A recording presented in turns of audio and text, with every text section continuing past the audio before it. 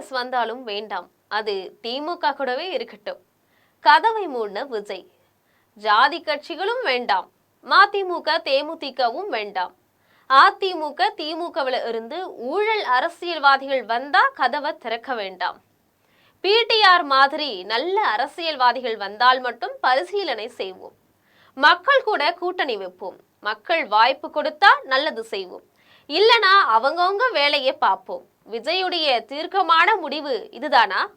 இது பற்றி விரிவாக பார்க்கலாம் இந்த தொகுப்பில்.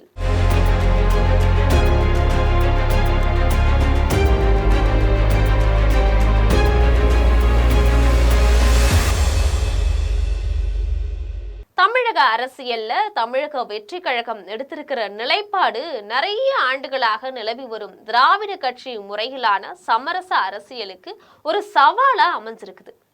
2026 சட்டமன்ற தேர்தலை முன்னிட்டு காங்கிரஸ் போன்ற தேசிய கட்சிகளுக்கோ இல்ல நீண்ட காலமா அதிகாரத்துல இருக்கக்கூடிய திமுக அதிமுக போன்ற கட்சிகளுக்கோ தன்னுடைய கதவுகளை விஜய் திறக்கவே கிடையாது. குறிப்பா காங்கிரஸ் ஒருவேளை அதிருப்தியில வெளியே வந்தாலும் அது திமுக உடனேயே இருக்கட்டும் அப்படின்னு விஜய் ஒதுங்கி இருப்பது தன்னுடைய கட்சி ஒரு தனித்துவமான மாற்றாகவே இருக்க வேண்டும் அப்படிங்கிற அவருடைய எண்ணத்தை பிரதிபலிக்குது. ஜாதி ரீதியிலான கட்சிகளோ இல்ல பலம் குறைந்த சின்ன கட்சிகளோ தன்னுடைய அஸ்திவாரத்தை சதிச்சிடக்கூடாது அப்படிங்கிறதுல அவர் உறுதியா இருக்கிறாரு. விஜயுடைய கொள்கை முடிவுகள்ல ரொம்ப முக்கியமானது ஊழல் அரசியல்வாதிகள் மீதான அவருடைய கடுமையான நிலைப்பாடு தான்.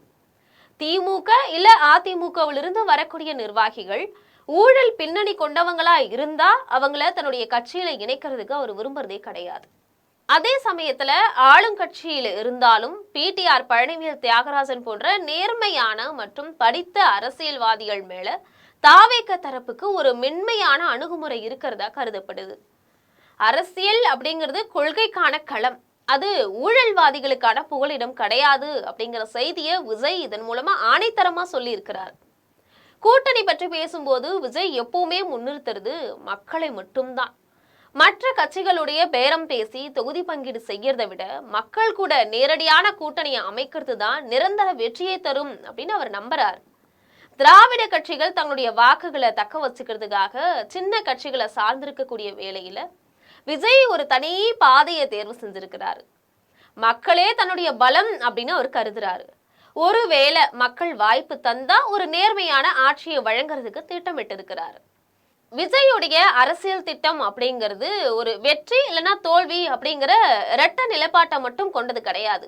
அது ஒரு தார்மீக பொறுப்பாவே பார்க்கப்படுது. வாய்ப்பு கிடைச்சா தன்னுடைய முழு திறமையுடன் நல்லது செய்யறது, இல்லனா அரசியலுக்காக கொள்கைகளை அடகு வைக்காம அமைதியா தன்னுடைய பாதையில போறது அப்படிங்கிறது தான் அவருடைய இப்போதைய முடிவா தெரியுது. இது மற்ற அரசியல்வாதிகளை போல அதிகாரத்தை எப்படியாவது பிடிச்சிடணும் அப்படிங்கிற வேட்கையை விட அரசியல்ல நேர்மையை கொண்டு வரணும் அப்படிங்கிற முனைப்பை காட்டுது. திராவிட கட்சிகளுடைய பிடிவாதமான கோட்டையை தகர்க்கிறது அப்படிங்கிறது எளிதான விஷயம் கிடையாது. ஆனா ஜாதி அரசியலையும் ஊழல் கலாச்சாரத்தையும் ஒதுக்கி வச்சுட்டு விஜய் எடுக்கக்கூடிய இந்த தூய்மை அரசியல் முயற்சி இளைஞர்கள் மத்தியில மிகப்பெரிய வரவேற்பை பெற்றிருக்கு. ஒடுக்கப்பட்ட மக்களுடைய உரிமைகளுக்காக குரல் கொடுக்கும் அதே வேளையில மதவாத மற்றும் பிரிவினைவாத சக்திகளுக்கும் இடம் கொடுக்காத கொள்கையையே அவர் கடைபிடிக்கிறார். இது தமிழக அரசியல்ல ஒரு புதிய பண்பாட்டு மாற்றத்திற்கான விதையாக அமையும் அப்படின்னு எதிர்பார்க்கப்படுது. கடைசியா 2026 தேர்தல் களம் விஜயுடைய இந்த தீர்க்கமான முடிவுகளுக்கான அக்னி பரீட்சையா இருக்கும். மற்ற கட்சிகள் கூட்டணிகளுக்காக பேச்சுவார்த்தை நடத்தும் போது விஜய் தன்னுடைய பூத் கமிட்டிகளை பலப்படுத்துறதுலையும் இளைஞர்களை அரசியல் படுத்துறதுலையும் கவனம் செலுத்துறாரு.